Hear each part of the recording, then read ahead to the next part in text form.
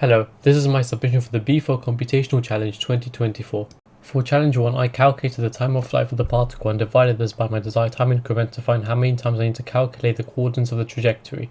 Next, I used a for loop to calculate the x and y position of the particle at each time increment. For Challenge 2, I calculated the range and used the linspace function to calculate 1000 values between 0 and the range, using each of these x values to calculate the y values of the trajectory. I used the formula given to calculate and plot the apogee.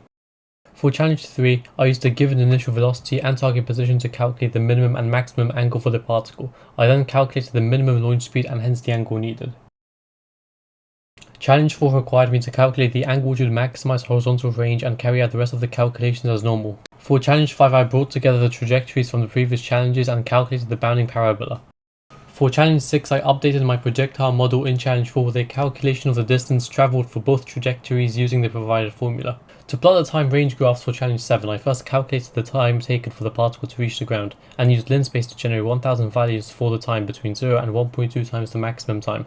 I then calculated the range of the particle for each of these time values, and plotted the graph for several different angles. I also plotted the trajectories as usual, calculated the stationary points for both graphs and plotted these.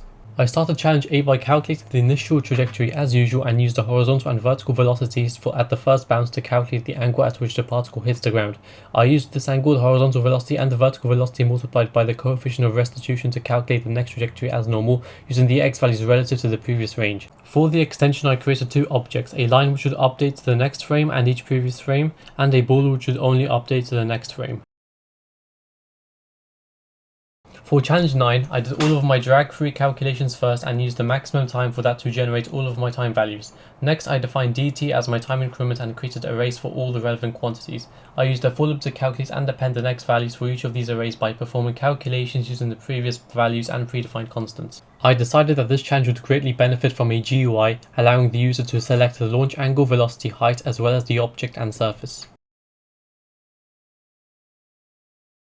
Thank you for watching my submission video. I have attached a link in the description to a document with all of my code.